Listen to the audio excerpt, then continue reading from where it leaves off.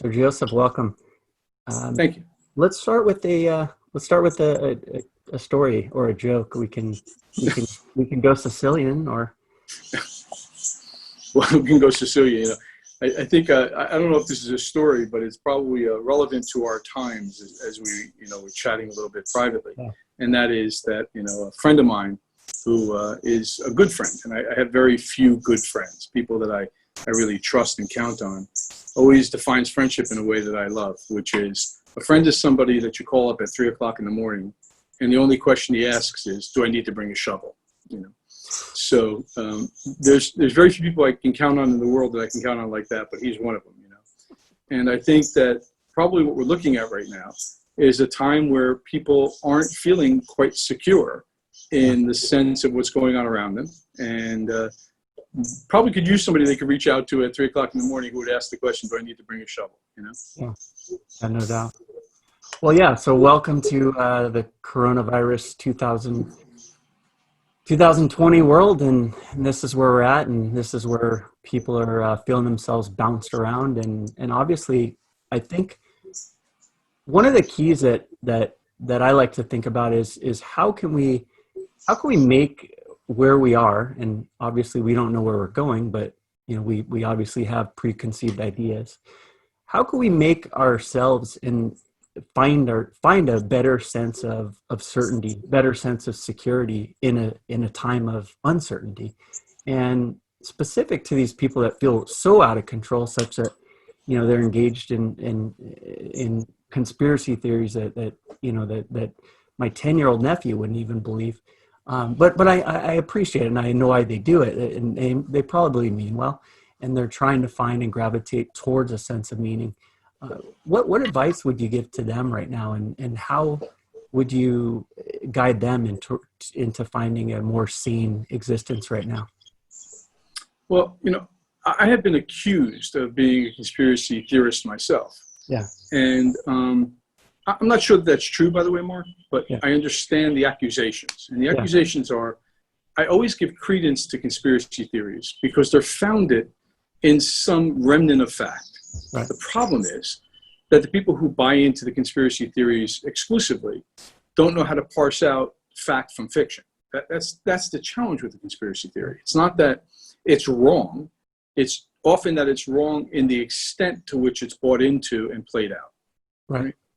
So, if we look at what's going on right now, and you open the door with the coronavirus question and, the COVID issue, and the thing that's going on there is we have a very strong sense that we can believe that it came out of Wuhan, China. Right. And we know that it likely originated in or around the particular facility where they were working with viruses. Now, the question is, did they create it? Did they let it loose intentionally? Was it let loose and accidentally? Was it literally just a cross-species transmission that accidentally happened to appear in the same location, which gives rise to these conspiracy theories? Right. And the answer for me is, I don't know. I don't have the inside intel to tell you what absolutely definitively is true. What I can tell you is that coronaviruses are not new to the planet.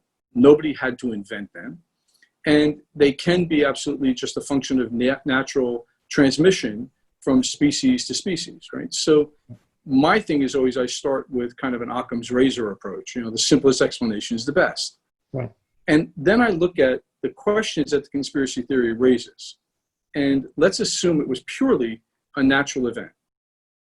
From there, did anybody take advantage of the natural event and use it in some way to manipulate a system around them, which makes it really easy for the conspiracy theorists to latch onto things that are actually happening, real fact, right?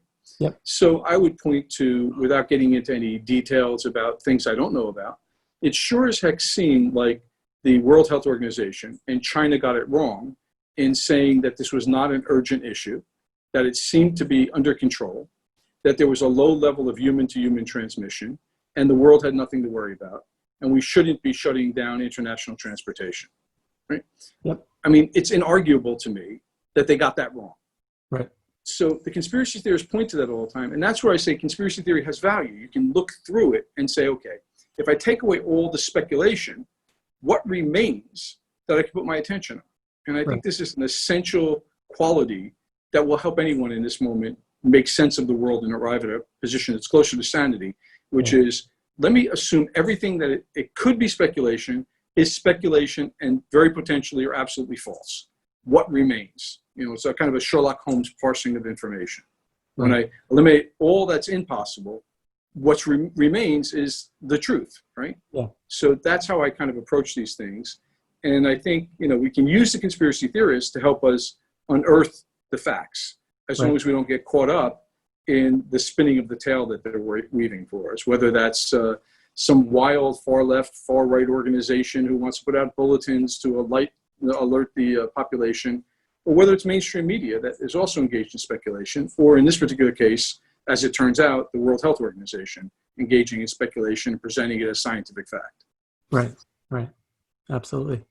So something we both share is we both are registered independent voters. And as well, I think what is unique about independent voters, and especially if you strongly identify with being independent on an issue, is this idea that you can draw distinctions, and you can draw distinctions within categories. And it seems to me, and I talk about this in a lot of the health articles that I write, is this need to get away from absolutism and this all or nothing American phenomenon that we sort of engage in, where we vacillate and shift wildly from one cart to another. And we tend to think, the only solution to one extreme is the opposite extreme, when in reality, and more importantly, practicality, the middle sometimes is the best route. And in engaging in taking back the middle, and I shouldn't use that word, taking back, but in finding peace in the middle, we can make distinctions within a category. And, not all conspiracy theories are false, in as much as not all of them are true. And there's probably a little bit of truth in both. And, what I think people would find themselves in a more empowered place if they ask better questions. So I agree. And I think that's something I've always noticed about you is you engage in a better question asking process. So what kind of tips and advice would you give to someone to the degree that they want to ask better questions to arrive at a more empowered state? Wow. Big question. So I'm going to go nerdy for a few seconds, and I promise to get out of it quickly. The nerdy part of it is, I can't help but to be part of the culture that, inculcated me into my thinking before I knew I had thinking of my own, right? Yeah. And that means that fundamentally, at my core, I'm an American. I hold some American values. Yeah. I'm a very, very well-traveled American. Been all over the world, every continent except Antarctica. I've spent time in these different places, not just a day or two. And I've done it both in terms of business and as a tourist, and also with friends and family that I've visited. So I have a sense of multiple worldviews, but I'm an American. And what I like to point to when I say that is the only philosophy that comes out of America that's purely an American philosophy, we could argue, is pragmatism.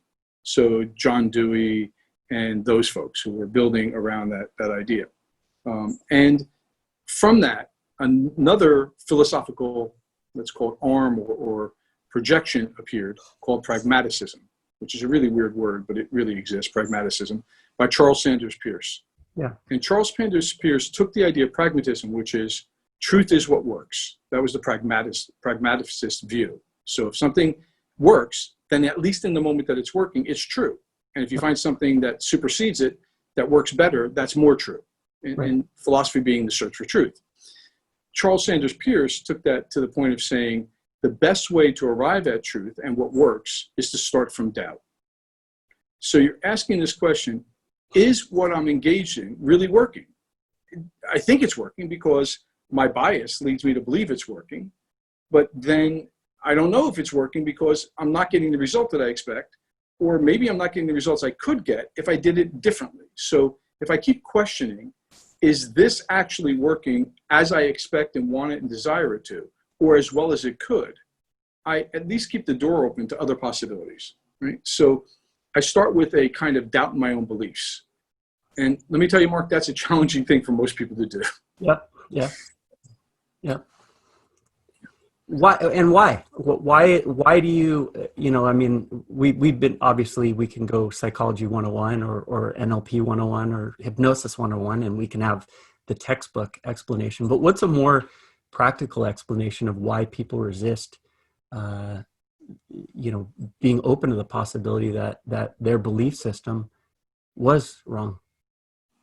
Well, I mean, it goes down to the question of the fundamental identity that the individual holds. And again, going into some specifics, the model that I've been building out for 30 odd years is called the myth of self model. And I present it as two things: a model that's based ontologically, meaning in the essential nature of one's being, who you are is the fundamental question that's being asked in that model. And then building an aesthetic lens to look through to try to answer that question. And the aesthetic lens is saying that the sensory information that we experience, what actually is going on, that we can see, that we can hear, that we can feel, all that stuff, is a more accurate lens than the abstractions and the ideologies and the dogma that we try to parse it through, right? Yeah. If I kick a stone and it hurts my foot, I can believe there's really a stone there. That's kind of the old philosophical approach, right? Yeah. And that's a sensory-based explanation. So we come down to identity. And our identity is formed through this sensory awareness, our ability to perceive the world around us. The challenge is those senses have been co-opted by so much information that other people have put in there that we can't necessarily believe what we see or we hear or we feel. And instead we go, well, it can't be that I actually just saw him pick up a package off the counter and put it in his pocket and leave, because someone wouldn't do that. So it must be that I'm mistaken, that it didn't really happen. And now take this out to the level of, again, alternative media, mass media, social media, whatever you want to look at, all these messages coming in. Yeah. And we, instead of saying it is what it is, we can believe ourselves, we are trained to believe that the social agreement, the construct that more people believe in, is truer than what we ourselves actually experience and believe. So there's a function of identity there. Right. Our beliefs override even our own senses. So start there. And in the work that I do when I work with people, which has to do with the conversation we're having, this kind of mental wellness or mental stability or finding one's center. Yeah. What happens is I'll point something out to someone and they'll immediately get it. They go, oh my God, that's true. It is like that for me. I was like that. I felt that. I experienced that, whatever it may be. And to accept that truth in that moment may mean they have to give up 20 or 30 years of a way they've been living, because they haven't been living the life that they want to be living based upon a belief that they've been holding for 20 or 30 years as true. And to give up that belief, they have to acknowledge they've been off track for 20 or 30 years. And again, how many people are willing to make that shift to get what they actually want, to have the life they could actually be living, but have to give up the denial that they've been tricking themselves and accepting the input and the override of others for 20 or 30 years. And it's cost them a quarter, a half, 7/8 of their life. Yeah. Yeah. Two things that this brings up. One, again, and I think it's valuable here. Normally I don't like doing this, but going back to the NLP model, NLP 101, and for those that don't know what NLP is, it's a model for essentially understanding the subjective nature of our experience and, of course, how to optimize it and make it better. So can you talk briefly about delete, distort, generalize? And because earlier you were talking about what we process, what we sense, and I think that's fundamentally useful in what we're going through and reevaluating how we actually experience the world. So I will, and I'll talk about it in two ways if you don't mind. The first way is the NLP way. Yeah. And NLP is founded in a linguistic model. It basically says that language is the mechanism through which we control our thought. And I don't disagree with that as a general idea, and I'll get to that in a sec. Yeah.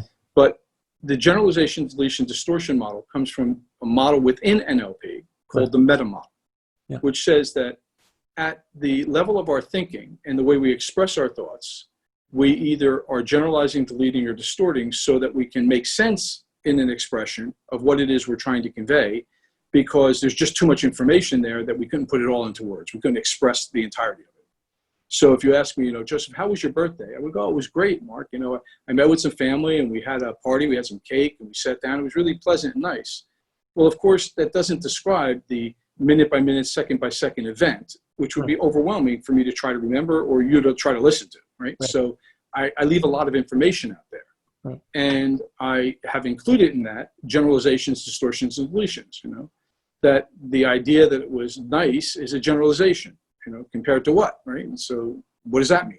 Yeah. And then we get into this idea of the distortion is that even the idea of it being very nice and very pleasant and that fits my model of the world. And so people are trying to make sense of the world against the framework they originally hold. So they change what's going on. They change the incoming data to match the existing framework they have in their head instead of perceiving it as it is. Right. And then the third thing that happens are these things we call deletions. And that's all the stuff that we leave out. Right. And NLP developed a model to listen for that in the way that people express themselves and to do what they call meta-model challenges, which means that they're going to ask questions to find out what's been left out or been changed or has been generalized in the conversation that's being had. Right? So that's how that model works. And it was designed to some extent very therapeutically, we could say. Right. Right. What I did is I kind of reapproached that model, Mark, and I look at it through a neurocognitive lens, which is my specialty, my area of expertise. And I go, how is the brain actually doing this? What's happening in our brains? And without going into deep neuroscience, our brain is not what we think it is. There's a part of our brain that you and I are using right now to communicate that is designed specifically to deal with representations, the language that we're using, the symbols that we use in our mind, the abstractions we have, the memories that we have. These are all parts of what we call thinking because we have access to them. And we all know that somehow or another while we're talking, if we're talking, it must mean my heart is beating and I'm breathing, right? But I'm not doing that consciously. So there's other parts of the brain that function outside of conscious awareness. And a lot of what goes on in this processing is what's happening that we're experiencing that's outside of our conscious awareness. And so in order to make sense of the world, we do these things called generalizations. Everything is like everything else. Deletions. What I can't keep track of, I just make believe isn't there. Or what I don't want to be there, I just delete, make it go away. And distortions, I'm going to change what's there so it fits the model of the world that I want to experience, even if it's not the one that actually is. Yeah. And a lot of that is happening outside of awareness. So one of the things that happens a lot for people is that they're overriding a lot of signals that are present, like that feeling they get in their gut when they meet somebody and they go, I should go home. Or it may be the feeling they get in their gut when they meet somebody and go, wow, this person's going to be my best friend. I should find out where they live and their phone number and we should get together next week. And instead they keep it at this surface level and either they engage with that person that they never should have, or they never connect with the person that would have been somebody who would have been meaningful in their life because they're not attending to all this other stuff that's coming up through the body that's as relevant as the conscious intellect and the thoughts that we have that we're aware of in ordinary consciousness. So I'm not sure that answered the question the way you wanted me to because it gets complex, but that's actually what's going on is that you could say the multiple brains that humans have available to them are seldom being used effectively. Right. And we give a lot of preference to the one that we're familiar with, which makes sure that we don't actually function in the world as well as we could. Our performance is compromised and lessened. Right, for sure. So you obviously were highly influenced by Joseph Campbell and the idea and the concept of the hero's journey. And you have a TED Talk, which is fantastic. And for anyone watching, I'm going to put it in the YouTube. And then, of course, I'll post this on Facebook and I'll put the link to it. But can you talk about a few things? One is, can you talk about this idea that you talk about? And it's something that I think anyone can benefit from. And it's pretty awesome. This idea of assigning yourself or picking up a mentor from a distance. And in a way, you right now, I'm speaking to one of my mentors from a distance, and I've got quite a few of them. Could you also talk about the hero's journey as it pertains to the average individual, and obviously what Joseph Campbell did with it, and of course what you did with it? At the end, I'll talk about your program, which is one of the things that helped me make the shift that took me many, many years to do. And I'll go into it at that point. But finally, can you talk about the actual TED Talk itself, and and put it in a frame non-hypnotically to the average person in terms of a more direct application? So I'll do my best again. And the answer is that, I wrote a book called Experiencing Hero's Journey, where I talk about my own personal hero's journey. And I use it as the backdrop to explicate all these ideas. Yeah.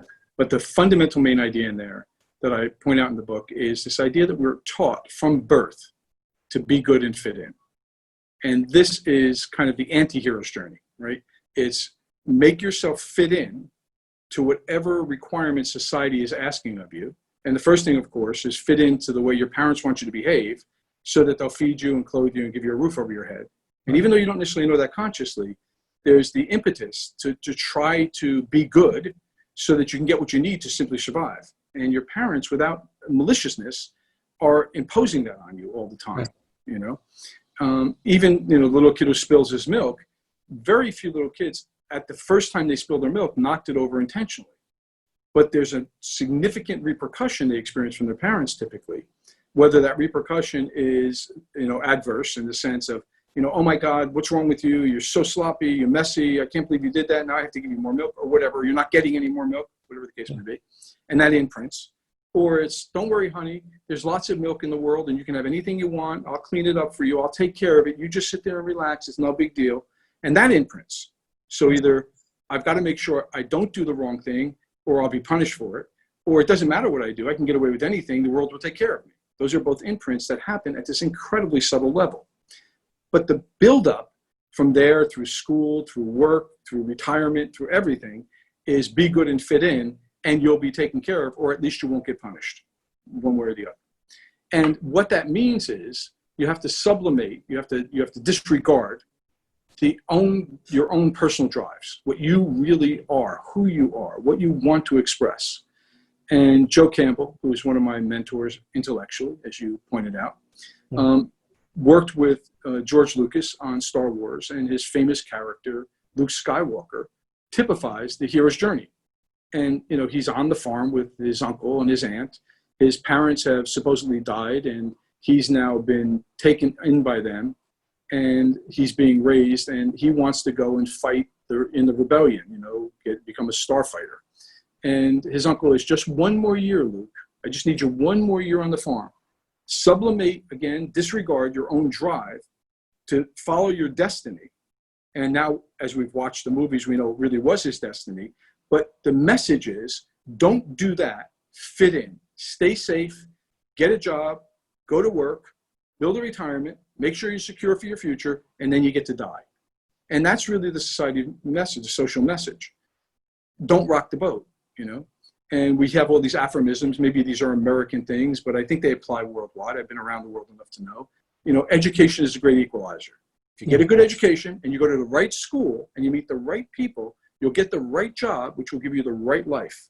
Now, you may have a destiny to be the world's next great painter or novelist or Olympic swimmer, but you're going to be an accountant, because that you can count on, and year after year, you'll earn a living doing that. So that's what you should do. And many people, and I work with people who are in their 60s and 70s, the work that I do is counseling and mentoring people to make those shifts after a lifetime of having given up their life, realize I was never meant to be an accountant. I've got a retirement plan that'll kick butt, but I never had a life. So I gave up my life so that I could have 3 years of comfort before I die. And this is really what the hero's journey is about. This is really what Campbell speaks to. So the first thing I would say is, if you're looking for mentors, there's at least 3 places to look for them. The first place is in your personal life. And that is, who do you know who is really an exemplar for you, somebody you can look to and go, in at least one aspect, I admire how they live. I admire the way they do what they do, the position they've taken in the world. It doesn't have to be their whole life. It could be the way they think about cutting fruit. As bizarre as that sounds, it can be a very specific behavioral thing that you can emulate from someone. And it can be someone very close to you. The second place that you can look for mentors as well is those people in the world who you don't yet know, who are real people, who are living for you, even from a distance, an exemplary life. And you admire something like I did with Joseph Campbell, his life as an intellectual, as a scholar, was admirable to me. The reading of books, the study of books, the taking out of those books the information and synthesizing and combining it to develop new models of thought, it blew me away. Alan Watts is another guy that I think of in that way. Conrad Lorenz. These two are intellectual mentors of mine that did things that I wanted to emulate, and I followed how they did them. So I learned from them, even at a distance. I never met these people. And just to interrupt you, so you're saying they don't even need to be alive? Correct. Absolutely. You know, you could argue that for many people living today, if you read little blips and you know, excerpts from their biographies, they'll talk about people like Albert Einstein, who's been dead for some time now, that, you know, inspired them to become, you know, physicists and lead to the great breakthroughs that they got, right? So no, they don't need to be alive, and they never have to be met.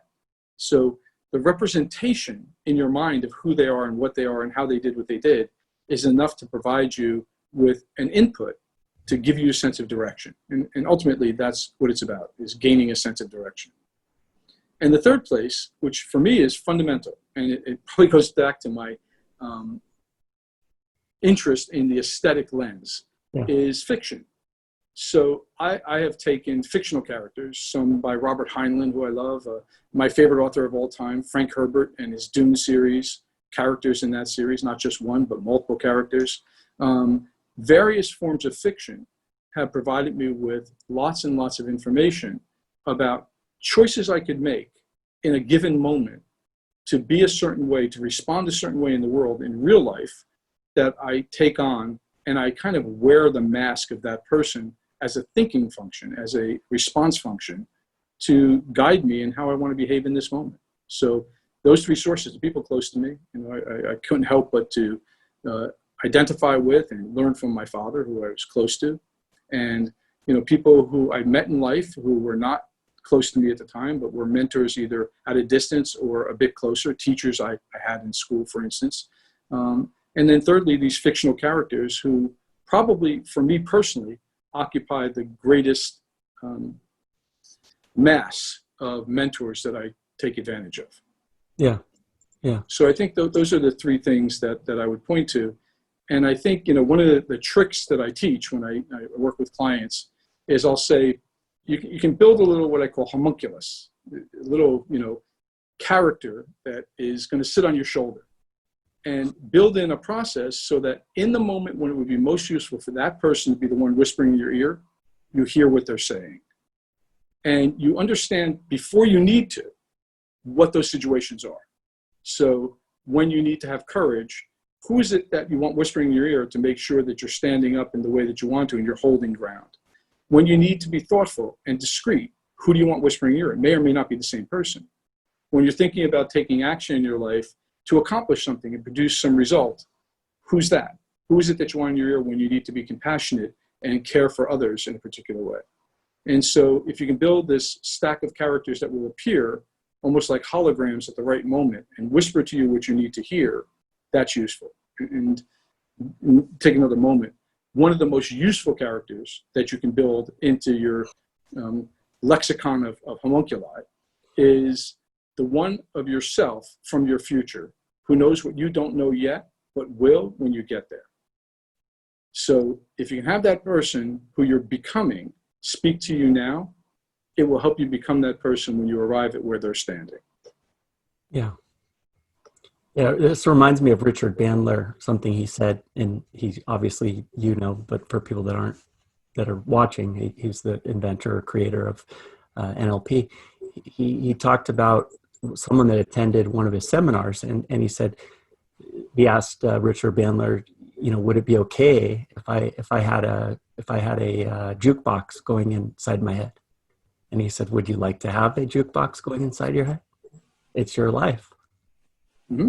Mm-hmm. And the guy apparently didn't know how to process that.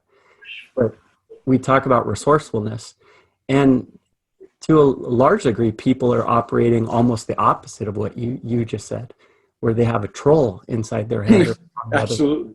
or a few of them, or many of them. Right, like a collection of trolls trolling them. And there's a great movie, I don't know if you've seen it or not, it's called Revolver, and it's Guy Ritchie's, in my opinion, best film. It had the highest budget.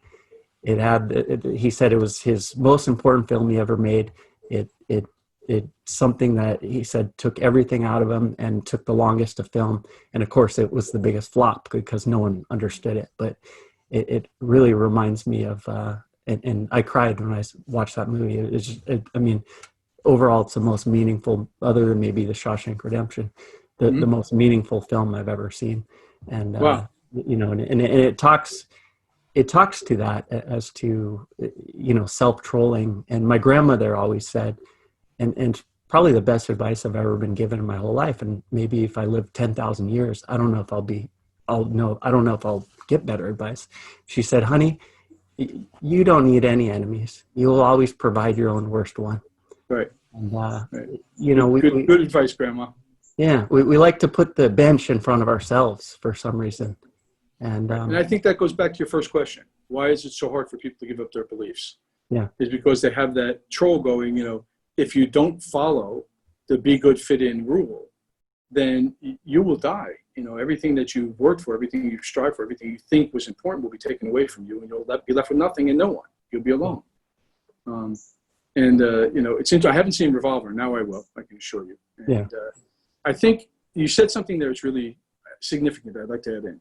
Yeah. Every time you see the movie or when you see the movie, you cry because it's so impactful for you. Yeah. I think that's something for people to pay attention to.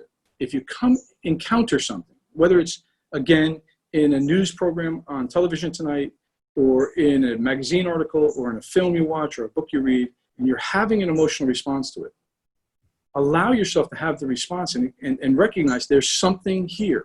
This is speaking to me beneath all the inculcation. This is speaking to me beneath all these socially constructed beliefs I have that's trying to tell me something. And attend to it. Listen to what's happening. There's two movies I cry in every time I watch them, every time. And the first one that I saw was Cinema Paradiso, where this is a film, guy who winds up making films. He started working as an assistant to some guy who was showing films in a movie theater. And in order to meet the compliance of what was allowed and not allowed in the movies, he cut out all the kissing scenes. And at the end of the movie, the guy has been given a gift by this man who passed away of all the scenes that were cut out, spliced together. And I'm in tears every time I watch it, And the other one that's even more impactful, you're talking about mentors, is Meet Joe Black. And probably one of my greatest mentors, Mark, is Bill Parrish, who's played by Anthony Hopkins in the movie. And specifically, he's just a guy who lives by his own morals. He's followed his own path. He's created a great thing. He loves his family. He cares for his family. He's willing to literally die for his family. But at the end of the movie, he walks away with death. And death is portrayed by Brad Pitt, which I always think is interesting. And the question that he asks death is, should I be afraid? And Brad Pitt, the character Death, turns to him and says, not a man like you. And I'm welled up. I'm catching my breath. My face is wet, because that for me is the ultimate aspiration, to be that man who Death would say, not a man like you too. Yeah. Yeah. Awesome. So that makes me think of something interesting. So I write a lot about anxiety and depression. And it's something I'm very interested in. And I talk about the biological pathways. One, because I had depression for 23 years. And in obviously overcoming it, I had to understand it and understand not just the biological, but also the mental pathway and explanation to it, because I believe there's both going on.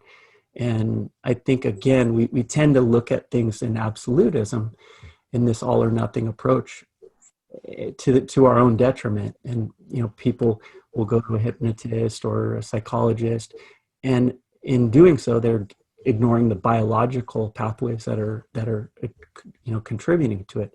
Invariably, I don't have anxiety, but I often think of, and maybe this is overly simplified for most people in the biohacking community that I belong to, that is overly simplified, seeing anxiety as the opposite of depression. But for me, it was useful to having a benchmark. from your vantage point, on the other side, and understanding the mental aspect and the mental component of it, can you talk about, I'm sure you've had clients in the past that have come to you on those types of issues and wanting to optimize their mind with respect to depression, and obviously there's people that have both. Mhm. So could you talk Well, about your view of it? the answer is yes, and the qualifier is, number one, as you know, I'm not a psychiatrist, psychologist, and things. Mhm. What's interesting is I have a lot of clients who are students of mine who are psychologists and psychiatrists who want to get some of the cognitive stuff that I play with, because I live in a space of, again, this neurocognitive training, the development of how to think more effectively. And for me, thinking doesn't end here. It's the full expression of being in the world that is what I think of as thinking. So we'll go physiological first. You know, I'm sure that in the process of working through your own stuff, you came across the whole function of the autonomic nervous system and the sympathetic and parasympathetic, and possibly even some conversation around the vagus nerve that communicates from the enteric tissue, which is in your gut, literally in your intestines, and is neural tissue that's stored there, that sends signals up to the brain through the vagus nerve. And the vagus nerve also communicates from the brain down to the enteric system, to your gut. But about 80% plus of the communication is upwards from your gut to your brain, which is interesting. Again, I like to point this out. From a neuroscientific point of view, there's an argument that the brain that we think of, the one in our heads, was actually built biologically, evolutionarily, in service to the one in our gut, not the other way around. So this is the primary brain. This is the secondary brain that makes sense of all the signals that are being processed there first and foremost. And so there's a physiological... I write a lot about heal your gut, heal your brain. And it's a brilliant thing to be writing about. I think it's a real service you do. You know, if you're writing about that, you're helping people a lot. Yeah. So, and you know, I don't know how far you go into it, but the whole nutritional aspect, the fitness aspect, all of those markers are important. Yeah. And then we go into, you know, when I'm working with someone, I use something that my mentor, Roy Frazier, taught me. And that is, the presenting problem is the window to the solution. And he had this phrase he used, which I absolutely love, and I don't know how many thousands of times I've repeated it. Wait, Go to where the problem is. Can you say that again? I don't want that to get glossed over. That the presenting problem is the window to the solution. Yeah. So what he would say in reference to that, and this is the thing I was referring to just now, is he would say, you have to go to where the problem is not. Yeah. So somebody comes in and goes, Joseph, I'm feeling really bad. And I've been feeling bad for 20 years. And I don't know what to do about it. And I've seen psychiatrists, and I've been into mental health programs, and I'm actually taking this drug to help me that's an antidepressant, and I'm still feeling bad. And so that's the presenting problem, right? And people go, okay, so let's talk about that. You know, when do you feel bad? How do you feel bad? What's it like to feel bad? And that, by its very nature, can't help but to reinforce the depression they want not to have.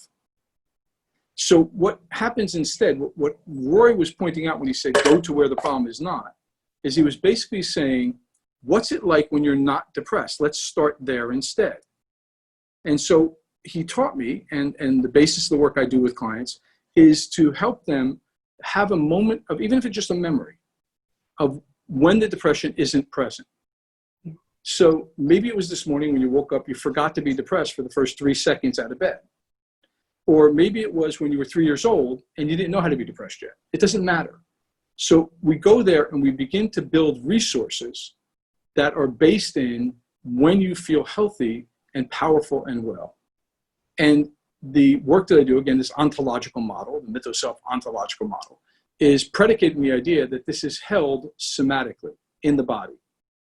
So the way you use your body, literally the way you hold your body, the way you move your body, the way you feel in your body, is different when you're experiencing anxiety or depression or whatever these words are that people apply to their states of experience than when you're feeling joyful or happy or excited, whatever other words they apply to their experience. So if we can get to the kind of experience they have when they're feeling those, let's call them more positive states of experience that they want to have more of, they can then learn to access to do the things they need to do. If doing this makes me feel depressed and unhappy, and doing this makes me feel happy, it's way easier for me to go from here to here than from depressed to happy. So that's the first thing we do, is I work with people to understand the somatic connection and the way that that works. And if I can regress for a minute back to the hero's journey, the hero's journey is this plan that Joseph Campbell had designed, and he lays out and he says, at the beginning, you're in this position in your life, which for you is normal, just normal. And then there's an itch that comes up, and the itch fundamentally is the same one for everyone. There's more to life than this. That's the itch. And if the itch gets strong enough, you go and you seek a way to resolve the itch, to scratch this itch, to find out what there is that's more than whatever it is you're experiencing. So there's got to be something other than depression. There's got to be something other than anxiety. That's the itch, right? And you begin to go out, and eventually you come across a guide, someone who points the way and says, if you walk through that door over there, it's going to suck, because everything you believe to be true, everything you held to be sacred, is not going to be the way that you have it now when you walk through that door. It's going to all be different. And you're not going to have any resources to deal with it. You're going to have to rebuild your life from the beginning, but you won't have the depression. You won't have the anxiety. You get to start over. And then you go through all the phases of the hero's journey. You meet the magic helpers. You face the trials. You meet the monster. You get the boon. You cross back the threshold into normal reality. But the fundamental thing is the old Buddhist saying, when the student begins the journey, the river is just a river, the mountain is just a mountain. Then they step on the journey. Now they've begun their path. And they realize the river is no longer just a river. The mountain is not the mountain. And so the depression is not depression. The anxiety is not the anxiety. There's a physiological component. There's a mental component. There's a nutritional component. There's a social component. All these things are present. It's not just this feeling I have. There's all this other stuff. Oh my God, I never knew that. And then they get to the point where there's a breakthrough and there's resolution. They come to themselves. That's the way I would phrase it, Mark. And in coming to themselves, they go, depression's just depression. The river's just a river. The mountain's just a mountain. It's all it is. And I can do whatever I need to do with it. It's just what it is. So you get to make choices. And fundamentally, all the work I've done in my life, the 30 years of professional work I've done, has been about helping people to realize this fundamental idea.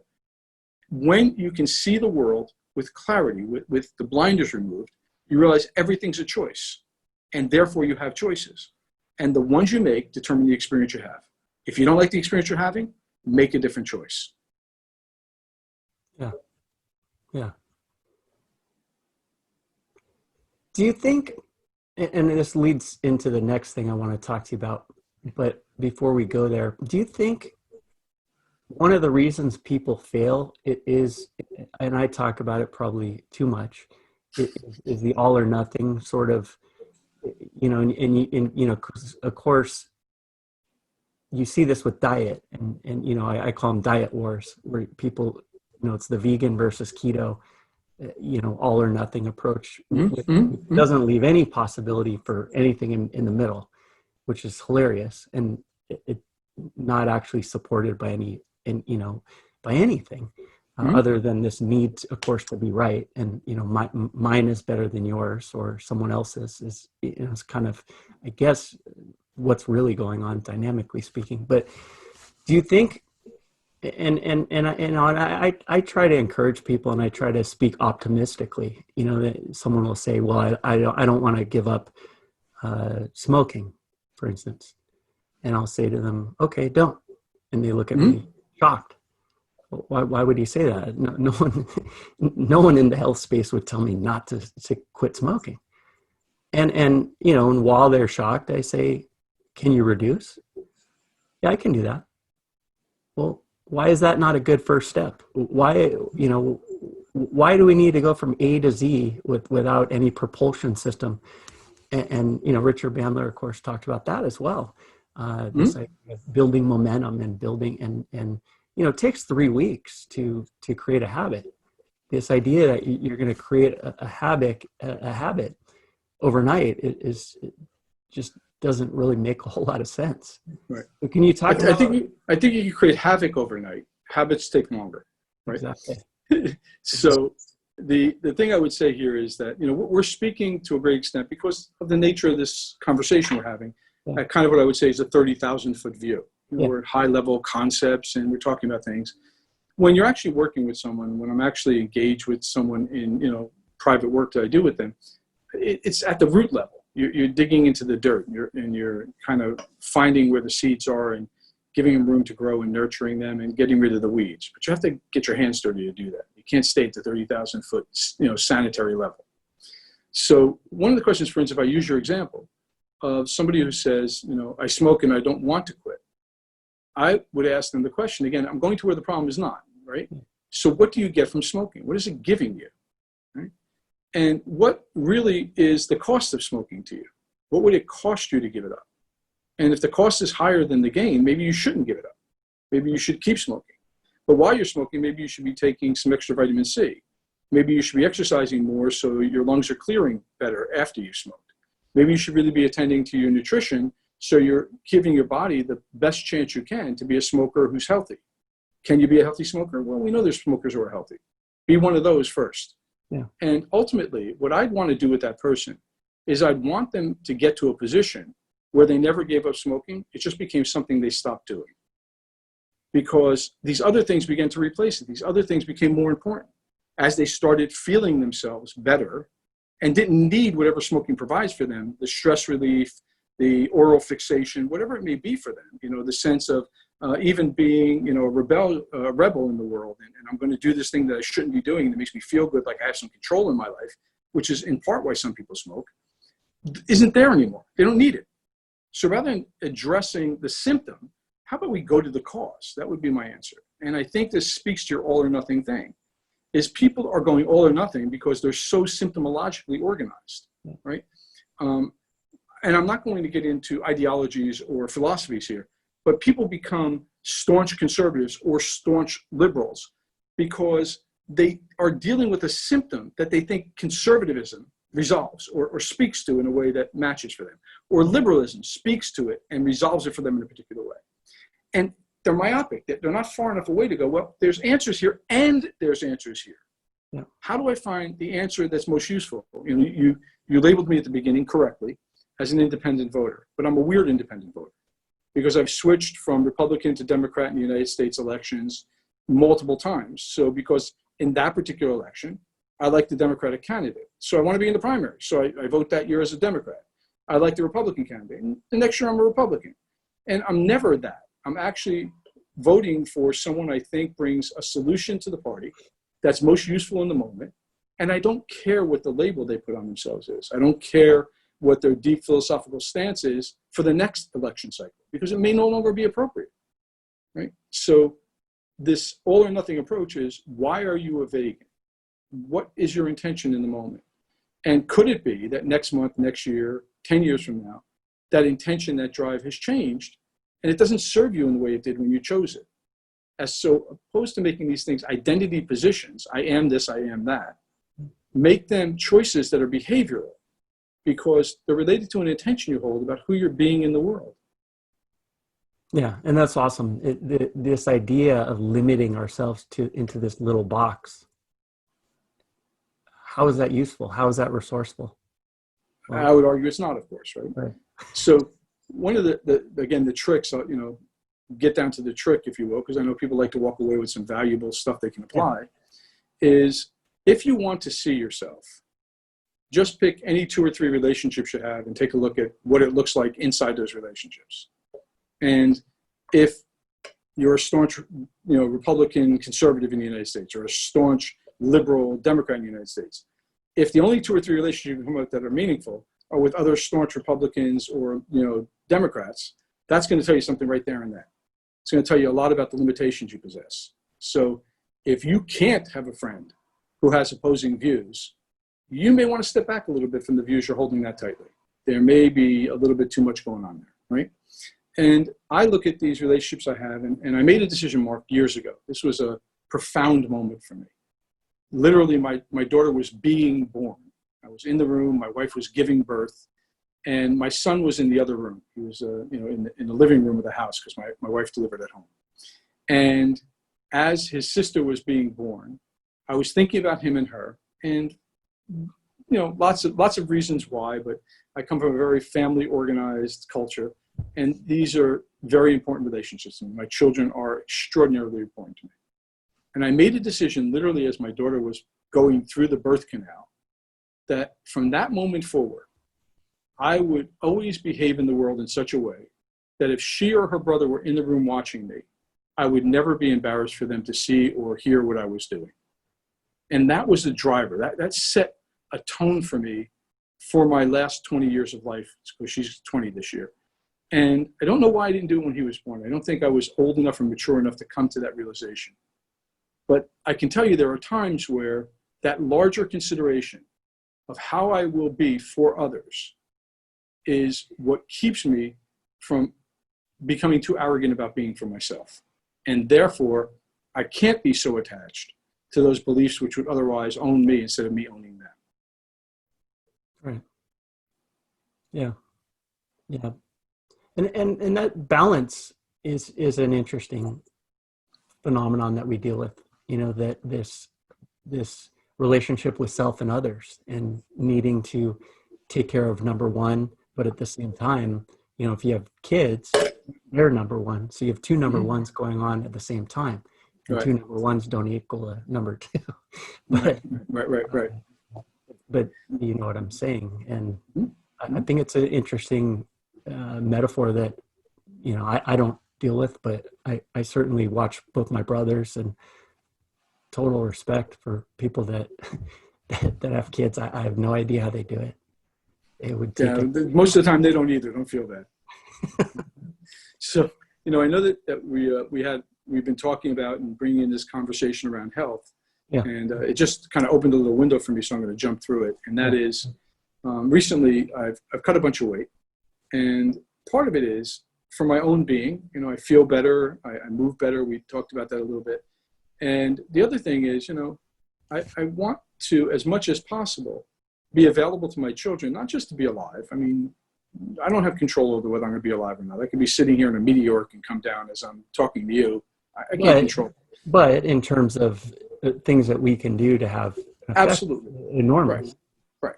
So while I can't absolutely control the moment of my demise, I can sure as heck do the things that don't bring it on any sooner than it needs to be. Right. And what's more important is, between now and then, whenever that may occur, what's the quality of life I have to offer to my children? How present can I be for them? I'm not going to be particularly present to them if I'm dealing with multiple health issues, or if I can't get out of a chair and walk down the street with them to have a conversation because I'm not healthy enough to walk down the street. Right. So I was never out of shape in that kind of severe way where I couldn't do those things. But I'm 61 now, and I realized there was a moment in time where the window to take control of the things I can control, that are going to be more and more impactful with every year that passes in terms of my health and well-being, was not, you know, as open as it was at 30. So I had to make a choice at some point. When was I going to make these shifts? And again, it wasn't just for me, although I get all the benefit. I get all the benefit of it. Yeah. It's also for how I can be for others and with others. You know, I train around the world. You know, I do trainings around the world. How am I in front of the room? How am I going to be when I'm with people? Am I going to be as vital as I want to be at 5 o'clock in the afternoon as I am at 9 o'clock when I walk in the room? And I sure as heck want to be. And if I want to run until 8 o'clock or 10 o'clock or midnight on that day, I want to feel great doing it and have all that vitality and energy I need to do it. And if I'm not physically present to myself in a healthy way, I can't be mentally or emotionally present to myself or others in a healthy way, right? So the intertwining of this stuff is, I think, what we're talking about at some level too. Yeah. Yeah. And it's something I write about a lot in terms of weight management. I don't like the idea of weight loss. I prefer to think of it as weight management, because, and you don't really hear people talk about this, but how sustainable is your diet strategy? You know, I can give you something that will make you lose 30 pounds really fast, but if we talk a year from now, are you going to still be on it? Almost certainly not. And I think that's there's two components to looking at weight. Is A, obviously losing it, and then B, when you look at all the studies, sustainability of it is even more important. So I'm curious to hear your strategies with respect to how you did it, because you can see it in your face. It's the first thing I noticed since the last time we spoke. What were some of your secrets to not just the mental aspect, but also the physical steps you took and that were helpful? Well, I think it began from the mental Yeah. initially. You know, there's a kind of a deep body image that we all hold about ourselves. And Yeah. kind of, this is who I am. I wake up in the morning, I see myself in the mirror when I shave, and I'm familiar with that. And unfortunately, when we're not in the best shape or in the shape that we want to be in, we still are too familiar with that image, so we get comfortable with it. We Yeah. accept it. Yeah. So we have to shift the internal body image and begin to recognize, you know, what do we want to be and see? So how do we want to feel? How do we want to look?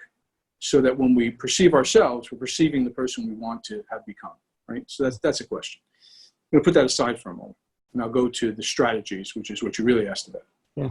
For me, the strategy was based in just a few very simple things. The first one was really attending to the sensation that I was having when I was eating.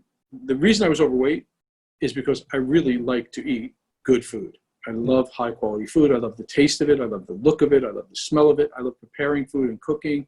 I love the social aspect of being with people when I'm eating and dining. So there was, again, a lot of history as well as personal identity attached to the sense of food. And I still have all that. I refuse to give that up. Can you just to interject, because I think it's valuable here. You earlier you were talking about imprinting. Can you relate that to what you just said? Because I think Sure. I think you're not alone at all in that experience. Yeah, And of I course think I it's can. helpful. And I'm very aware of it. You know, Yeah. I grew up in this, what I'm going to call classic Italian-American family. And in an Italian-American family, there's only one room in the house. It's the kitchen. Yeah. And everybody goes there and spends all the time there when they're together. And, you know, there's a comedian out there who does this routine about company, you know, and every Italian-American who's ever grown up in an American city understands this. You know, at any given day, any given moment in time, when I was growing up as a kid, somebody would knock on the door and it would be company. And there was always like a cake or a box of donuts in the house that you weren't allowed to touch because it was for company. Yeah. Because company would show up regularly 2, 3, 4 times a week. And then the goodies would come out, the cake, the donuts, the cookies, and it was a joyous time. So there was a deep association, first of all, with family and friends and people you loved and cared about, and food. And a lot of the foods that we now go, oh, we shouldn't be eating those things, you know, ice cream and cookies and cake and candy and all that wonderful stuff that shows up when company arrives. And so there was that in my house. And because I grew up in this, what I'm calling classic Italian-American house, there was a lot of people that were part of the family, aunts and uncles and grandparents. So literally, I would say every week, there was a party in the family, somebody's anniversary, somebody's birthday, a holiday of, you know, that particular moment of the season. And so every week we were at a party where there was cake and there was that stuff. And again, it wasn't so much, and frankly, I'm a savory guy, not a sweet guy. So it wasn't so much that there was cake. It was the association with food and good times. Yeah. And I learned to appreciate good food. My mother was a really good cook, aunts and uncles who were good cooks.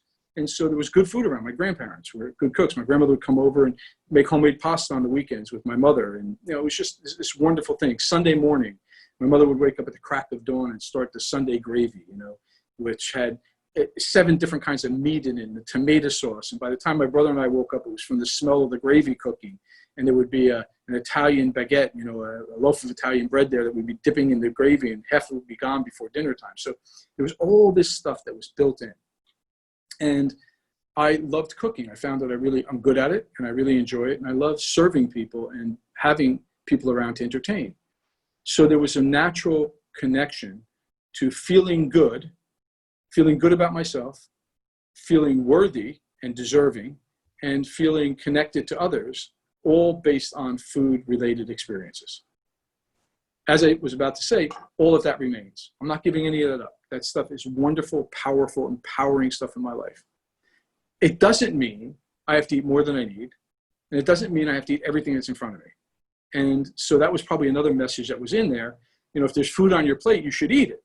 So if you go to a restaurant in the United States, there's food on the plate for 3 people, no matter where you go to eat out these days, right? So I go to Europe, and a European thinks a 200-gram steak is a relatively decent portion and a good portion. In the United States, an 800-gram steak is a reasonable portion to put in front of you. Yeah. So we have these different mentalities. Yeah. And what winds up happening is I had to make a shift from those social conditions of recognizing this attachment, this emotional drive with food, and the way that it made me feel physically when I ate food like that. And so the first thing was just to notice how I was feeling as I was eating, not waiting until after the fact.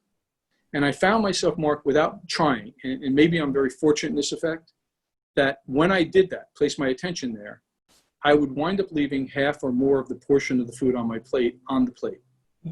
I've done a lot of leftovers in the last 2 years.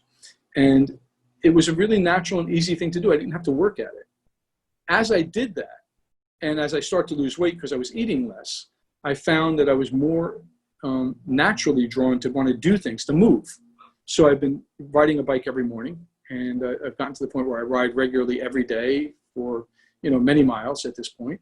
And that, of course, decreased my weight and helps stabilize it. And it's become just a way of life. And I haven't done anything. I haven't set a diet in place. I don't have I can't tell you I'm doing paleo or vegan or keto or, whatever it is, high whole food grains, I'm not doing that. I eat what I love to eat in reasonable proportions. I eat well. I eat whole foods. I'm not a McDonald's guy. I don't eat food out of boxes and cans. I make food, or I go out to eat high quality, good food. I eat reasonable portions now of it. I did not eat reasonable portions. I ate over ate. Right. And I also find myself, because of that, and as I say, as I lost weight, feeling like I want to move more. I've been doing martial arts my whole life. I still do them, and I do them actively and regularly. As I said, I've included biking, which I didn't do since I was a kid in my 20s. And remember how much I loved it. I love being on a bike. There's a sense of freedom involved when I'm sitting in the saddle and pedaling. I just love it. And I do it. I began playing golf as a 60-year-old golfer. I'm not particularly good, but it's a lot of fun to be out there. So the combination of finding things I love to do, which move me, physically move my body, and being attentive when I'm eating to what the experience is that I'm feeling while I'm eating, has just shifted my relationship both with food and my own body, so that the weight has just come off. And what you're talking about, and it's basically the same that I talk about. You're talking about a lifestyle / strategy. Mm-hmm. It's the sustainability of it compared to a specific diet. And so many of these diets are based, what do these diets do? You can't have this, you can't have this, you can't have this, you can't have this, you can't, enough, enough, I quit. So yeah, I'm at the best weight of my life, and it's effortless, and I'm more energy. My mood, obviously I'm not depressed for the first time in my life for a while now. And, the amazing thing is I feel better when I don't eat. So mine is just intermittent fasting. So I eat a lot in the shortest period of time as I can. So I don't know, I call it intermittent feasting.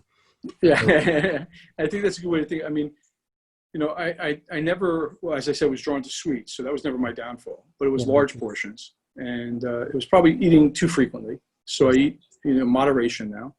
And again, it's natural for me. And the other advantage is, is that I've always been sexy as hell. It's just now everybody else is beginning to notice it again. Well, what you're talking about is consciousness and mindlessness. And it's like, and you see people, it's 8 a.m. and they're eating you don't need to eat at 8 a.m.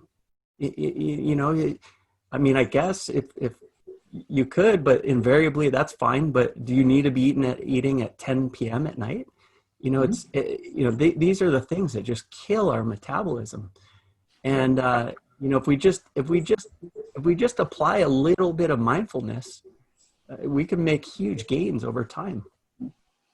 And my son was, he's not a particularly big guy, physically a big guy. He's not built quite like I am. But he's muscular, and he's got, big legs, strong legs. Yeah. He's running marathons these days, and he's riding bikes up and down hills in California, and he hikes, I don't know, constantly, it seems. Yeah. He's a conservation biologist, so he's out in the world a lot doing that kind of stuff. But he does eat at 8 o'clock in the morning a big meal, and he's hungry, Yeah. His metabolism is such, and his weight has never been better. He's never been more fit. So I also tend to go, I don't know how you do this. I'm not an expert, so I'm not going to point people to a direction that I can't offer them. But I do think you have to find what suits you and your body and your metabolism the best. And I think to some extent that takes probably some experimentation, but the evidence is pretty obvious. I mean, are you energized during the day? Do you feel good all day long? That's a real marker. Or is your weight where you think it should be, where you want it to be? Whether that's 5 pounds under or 5 pounds over what the suggested weight on the chart says. How do you feel about it? Right. You know, are you eating foods that please you and make you feel good about the engaging in food and eating? Can you be with other people and not be the ultimate pain in the ass at the table who only eats, you know, broccoli grown between October and November on a ranch in the northern part of the high plateau of, you know, it's like, it gets ridiculous. And it's not just painful for you, it's painful for the people around you when you become an extremist. And that Right. goes back to your all or nothing comment, right? Yeah. I don't want to be with you. I don't want to organize my life around the fact that that broccoli is only available in 3 places on the planet. We have to travel 400 miles so you can have dinner with me tonight. Right. That's absurd. Right. Right. Yeah. It's, yeah. And one thing that's interesting, we're learning about enzymes and, so it's not just balancing weight loss. It's also how it interacts with your mood. You know, for me, there's an enzyme that I can inhibit with not eating all day long. Other people, if they have anxiety, I would argue that they could probably benefit from small meals throughout the day. Exactly. So there's a lot of personalization and customization. But my point, I think, and I think you'd agree, is we can use our brains to come up with a better plan that makes sense and something that we can know a year from now, 10 years from now. But I think you have to tune in here. That's where I think it starts, is really, and you asked me what my strategy is. My strategy is, if I were going to work with someone, somebody came to me at this point and said, Joseph, I'm really impressed. You lost some weight. You look good, and I'd love to know how to do it. You're an older guy, and people say it's not easy. And I go, it was really easy. It was literally effortless. I would start them going, do you know how you feel right now? Can you feel your body in this moment as we're talking? If you can't do that, then we're going to start there. And then we're going to go out and have a cup of coffee. And I want you to notice, do you actually notice that you're having a cup of coffee? And then we'll build from there until you become, as you put it, conscious about engaging in the activity of eating and drinking and moving and exercising and being with other people. And you'll actually begin to have your life. And I think that's the lifestyle change that I want to see, is somebody having a life that they feel overall is worth living, which has a strategy to it about how they're going to choose to engage with food. Right. Yeah. And I mean, that's a lot easier than making all these definitions and limitations. Mm-hmm. Yeah. So without getting into your treatment process, but I mean, I know, I've read your books, obviously. Can you talk about the bird and I don't know how much you're willing to discuss, but it's really unique, when a client comes to you and works with you. Can you talk about that process to whatever degree that you feel like? To just kind of lay out the way that I actually work with a client?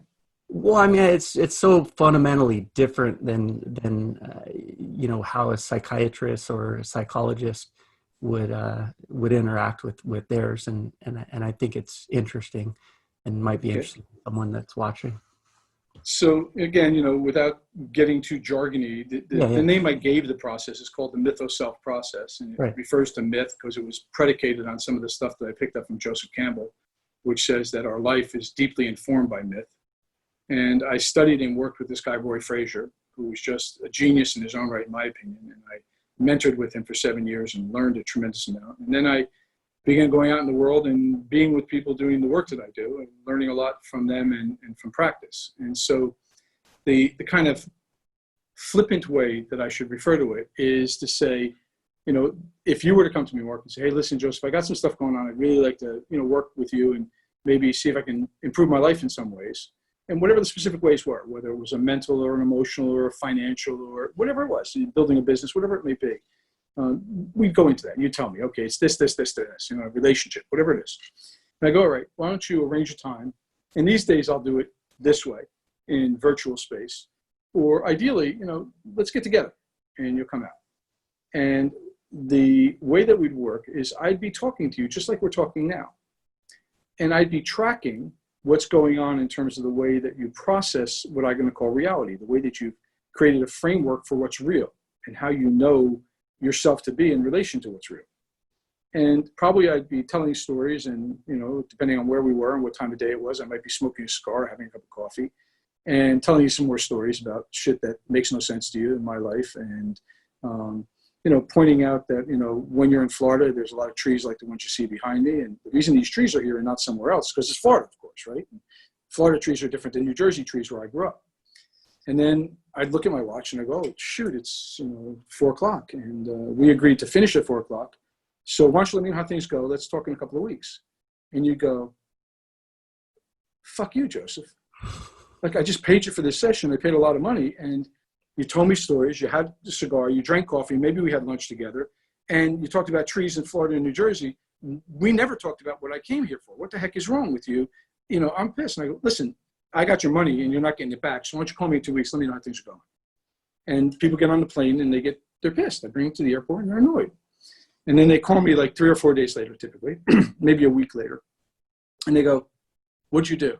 I go, what do you mean? And they go, everything's different. What do you mean everything's different? My wife says she likes me again. What did you do? And I go, you know what, we had coffee. I smoked a cigar and I talked about the trees and you know what I did. And they go, fuck you, Joseph. You did something. And I go, listen, did you get what you paid for? And they go, yeah. And I go, so that's what, did you pay me to train you to do what I do? Because if that's what you paid me for, I misunderstood, because I thought you paid me to get the outcome. So if you got the outcome, we're done, right? Unless you want to come back again, there's other stuff.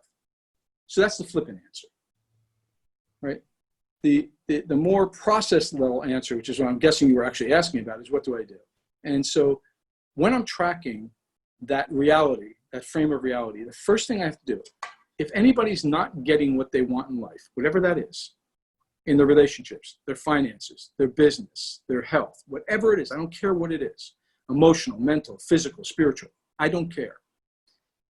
The way that they organize their sense of reality in themselves isn't giving them what they want. But in order to meet me and talk to me, they have to want something, even if it's not to have what they have. And if they go, what I don't want is to be fat anymore, Joseph. I don't want to be arguing with my wife all the time, Joseph. I don't want to be poor, Joseph. Whatever it is, that they know they don't want that. I'm still going to ask them, so if you weren't fat or arguing with your wife or poor, what would you be? What would be true? And they conceive of in that moment what they want. Now, here's the real trick, Mark. In the moment where they conceive of what they want, I would be fit.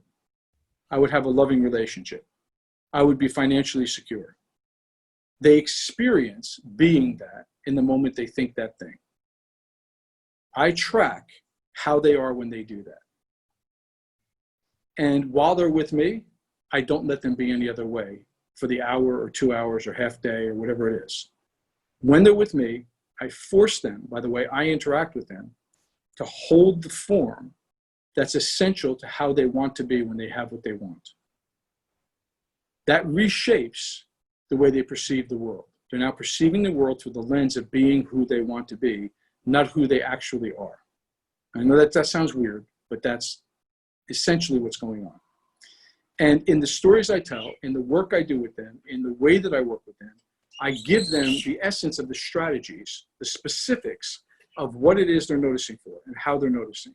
I give them the specifics of what it is to be feeling and holding in their bodies this form of what it's like to be who they intend to become. And I do it invisibly. I do it out of their conscious awareness. I do it through the mechanism of both physicality. If they move in a particular way, I move in a particular way, which forces them to go back to the position where they are how they need to be to experience themselves being how they desire. If they are talking in a particular way, I interrupt them. And they get annoyed because I'm constantly interrupting them. Why are you telling me this stupid story? And the stories I'm telling sound like they're all about me. But when you leave, you're not going to know anything about my life. You're going to think you know everything about me. You won't know anything about me. You know a lot about you. So at the end of it, what they've now done is they've had an immersion experience in being what it's like to be what they intend to become. And their perceptions, as I say, have begun to reshape to notice the world through that lens and not the one they've been using. And all of a sudden, they start making different decisions and taking different action, responding to the world differently in relation to what it is they most desire, not in relation to what they most desire not. So while most of the stuff you mentioned, most of the people, most of the techniques or practices that you mentioned are built around the idea of helping people to put their attention on what they don't want to be doing so they stop doing it, they can't now help but to notice how to be putting their attention on what to be doing that starts creating the results and outcomes they want in their life.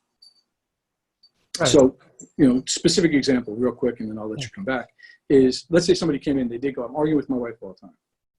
And I'll go, and I probably understand why, because you're with me and you're basically an asshole. You're difficult to be with. So, I want to argue with you. So of course your wife wants to argue with you, but 5 minutes ago, you actually said something nice. You actually said something nice to me and we're complimentary about the conversation we had before you came out. But I'm guessing it's hard for you to do that, to sustain a way where you're talking to other people in a way that makes them feel good about themselves. So I don't know what you're gonna do when you go home, but it seems to me that if I were your wife, I'd be arguing with you all the time because most of the time you're an asshole, except when you're being nice. But do what you want to do. It's your life. And that stuff goes in. Yeah. So 2 filters I think are useful here for the average person. NLP again calls them meta programs. And basically it's just a filter for experiencing the world. Mm-hmm. But the self versus other and sameness versus difference. Can you mm-hmm. talk about that? Because I think that's another thing that's really relevant to our collective extreme contrast sort of experience that we're going through right now in this, eternal opposite tug of war. Yeah. I think, these patterns that you refer to that NLP calls meta programs are for me more about how we sort information as opposed to necessarily filtering it. So the information comes in that we let in because of our biases, and then we make sense of it. When we make sense of it, as you put it, in relation to ourselves or others. How many of us are biased, by the way? How many of us are biased? What percent? Everyone who's not, and there's 0% that's not. So and by the way, self or other isn't a good or a bad thing unto itself. It's a question of appropriateness to the context, right? So, I'm with this beautiful woman who I adore and I love. And every once in a while, she wants presents. That's her thing. Presents usually means, or can mean, gifts of clothing or shoes or something pretty to wear. Now, here's the question. If I'm organizing it by self, I'm going to get her something that I want to see her wear because I think she looks great in it. If I'm organizing by other, I'm going to get her something that she wants to wear. Now, both of those could be appropriate, Would you wear this for me because I love looking at you in this? And she feels good when she knows I love looking at her in something because she knows I'm looking at her in a particular way that has admiration built into it, right? It's like she likes being admired, and appropriately so. There's other times where I know that there's something that she would love to own because when she puts it on, she feels really good about wearing it. And I would get her that instead, right? So this is the self by other dichotomy. When I'm there in the store and I'm going to buy something, I kind of have to ask this question, am I doing it for myself or am I doing it for the other? And is there really a difference if I can hold the dichotomy as a singularity? Because I can. I just have to know what I'm doing, right? So I'm going to buy this dress for her that I would love seeing her in, and I'm going to make sure when I give it to her, she knows that I bought it because I want to see her in it, and I love the way she looks when she's wearing it. And when she's wearing it, I feel great about us being together, and that'll make her feel good. There's another time where I'll see a dress and I'll go, I'm going to get that one because I know she would love that and would pick it out for herself. And when I give it to her, I'm going to tell her, I saw this and I know how much you would have loved it, and I wanted you to have it, even though you weren't there with me when I got it, right? So these kind of resolutions are what's missing. And I think when you're calling this eternal tug of war, is the ability to hold what are seemingly paradoxical positions, but they're not. And this other, these meta programs that are, internal, external, there's all these different meta programs are positions on a continuum. So it's never absolutely this or absolutely that. The absolutes are what get you in big trouble. It's a movement. It's a continuum of how much of this or how much of that, and appropriateness to a moment. So the question that I would recommend that we ask when we're trying to deal with these things you're talking about, these meta programs or filtering systems or sorting systems, as I put it, is really appropriateness to outcome. And here's the problem, Mark. I think people are so consumed by what's happening in a moment, in this moment in time, right here, right now, that they're having a hard time having any mental space available for the consequences of the decisions they're making for themselves, for others, with others. And so they can't think through time to go, how do I want this to turn out a week from now, a month from now, a year from now? How is this going to shape my life and the life of the people around me that I care about and love?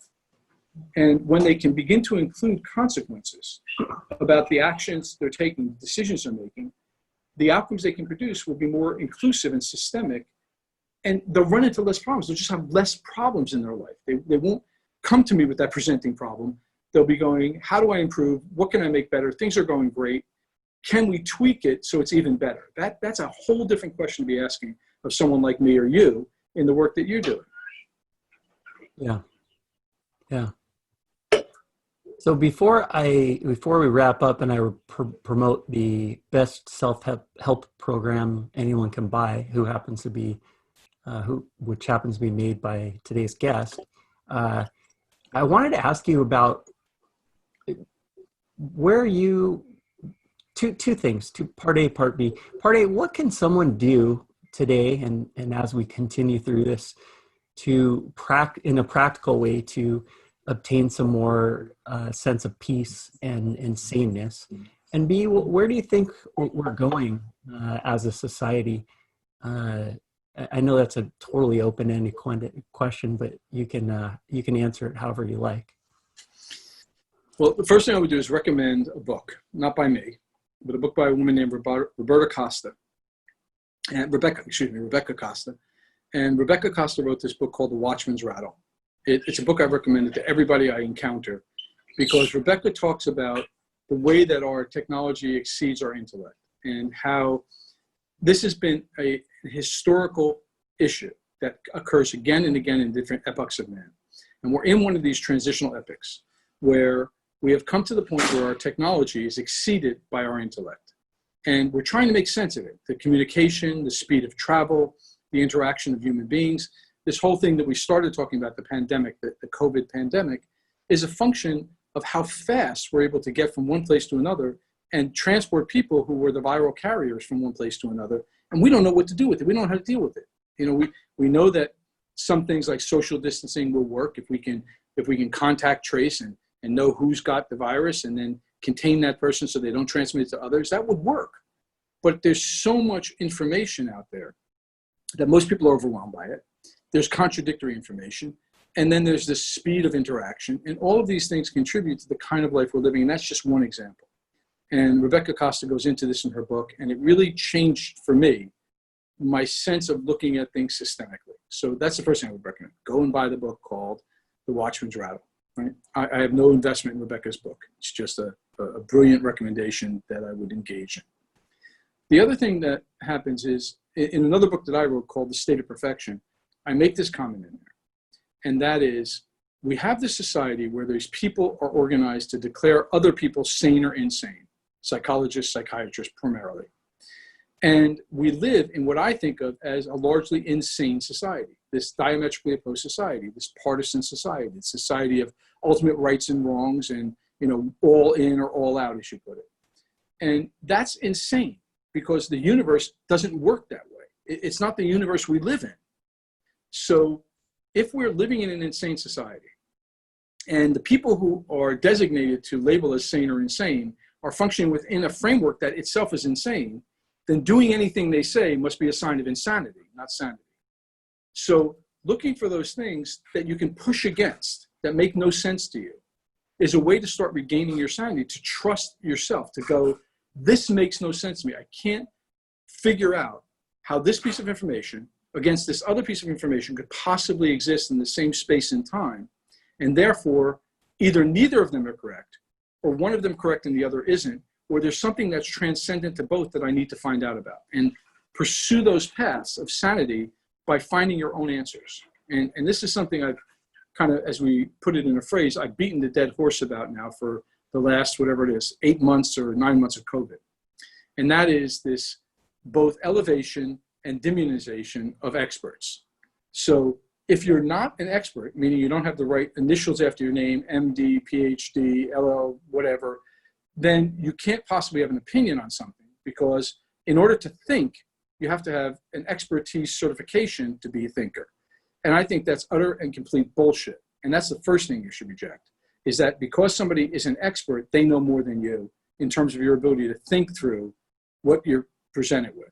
You're capable of thinking on your own. So think about it, despite what the experts say.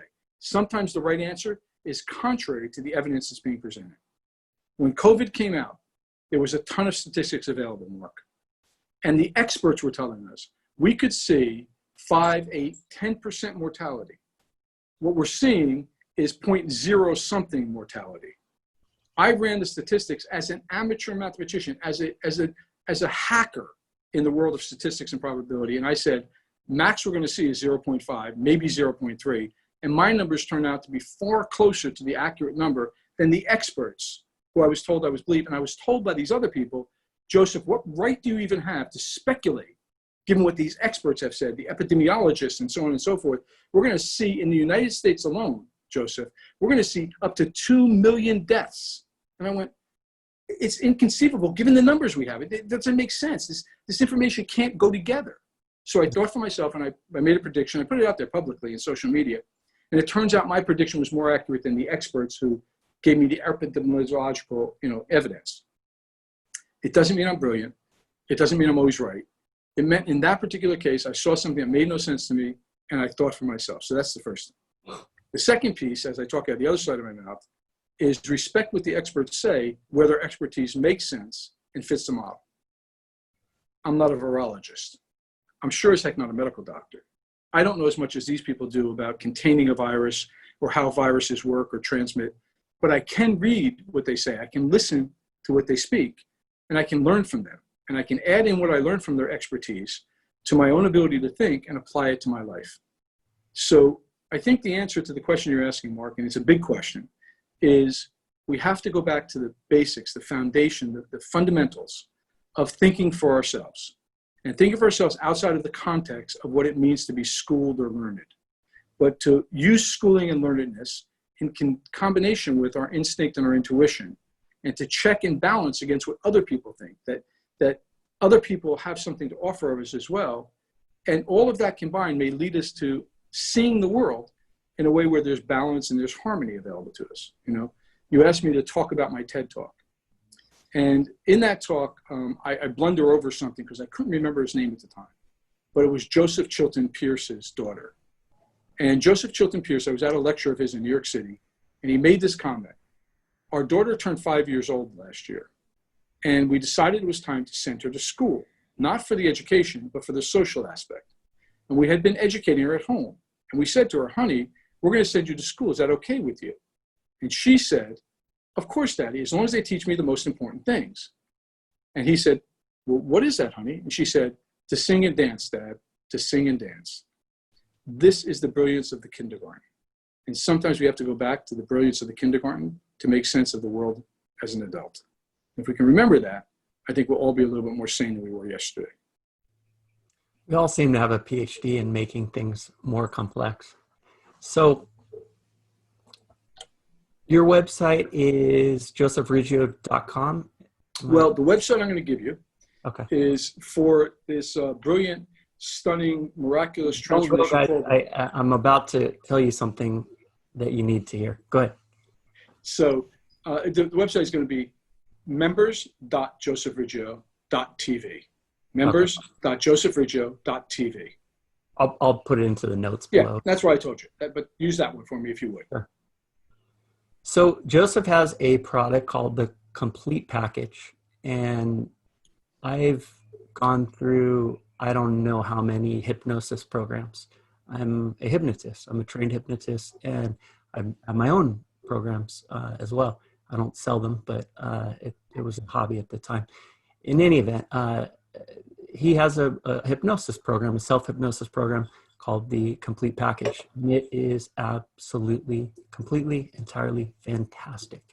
And I highly recommend, if you want and are looking for one thing that will help you or should help you at a high degree, to pick up that program and use it. I probably played it over and over. I mean, just because the quality is so good, I played it over and over and over again. And I still probably listen to it, even though I don't need it. I still listen to it once a year, I would say. You know, the typical way you use it is laying down. I found a lot of use in going for walks with it and putting it on my headset as I'm walking, because it engages the body, which I'm sure you wouldn't disagree with, or I'm guessing. But he has that program. I'm going to put the TED Talk below as well. And then, of course, you have his website. And if you have any questions for him, feel free to write them in the comments. I'll tag him, and hopefully he can be available to answer any questions you have. All right, guys. And I have 2 questions for you if I can. Yeah. Actually, I have 1 question and 1 comment.